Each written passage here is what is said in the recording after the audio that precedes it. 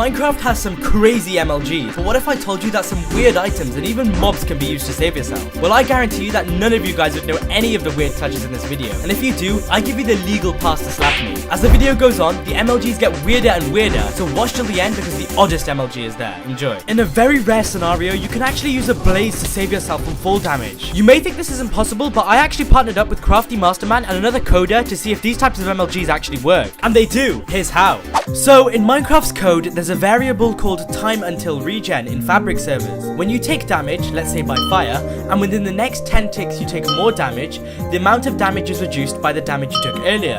And this can be represented with the equation, total damage is equal to damage minus the damage you last took. For proof, it's in this part of Minecraft's code. The time until regen variable is set to 20 ticks and decreases per tick to 0. If you fall and before you land you take damage at the beginning of a tick cycle and take damage another 10 ticks later, your total damage will be reduced, taking no fall damage. So if you take damage with the most perfect, inhuman timing possible, you won't take fall damage. Disclaimer, these touches are theoretically possible according to Minecraft's code, but it's not 100% proven. So there's no way of telling if these are actually possible without some insane AI. And with that, you can do a flint and steel MLG, which was actually done by Hissy in his Minecraft manhunt, and it took him insane luck. With this, you can even do a fire charge MLG. And using the fire charge from a ghast, you can use it to clutch. With insane timing, somebody could shoot you with an arrow to MLG. So then theoretically, you can use skeletons to save yourself, or even use strays. If we combine everything together with fires and arrows, you can actually save yourself with better chance. And to get an even higher chance of doing the fire MLG, you can land on a campfire as the fire hitbox is larger. Using the damage from a wither rose, you can negate fall damage. If somebody throws a trident at you while you're falling, the damage can negate fall damage. And with insane timing, if somebody hits you in the same tick as falling, then you won't take any fall damage. And if a Vex hits you mid-air at the perfect time, you won't take any fall damage. And if a creeper explodes beneath you at the perfect time, you can MLG. You can use the explosion damage from a respawn anchor to clutch. And if you wear blast protection, you can use an end crystal to MLG. And the same thing happens when a TNT explodes beneath you. I need to stop you here because for the rest of the video, the MLGs use a different mechanic to cancel fall damage. If a player sends a velocity packet on the y-axis that is less than the server's velocity on the y-axis,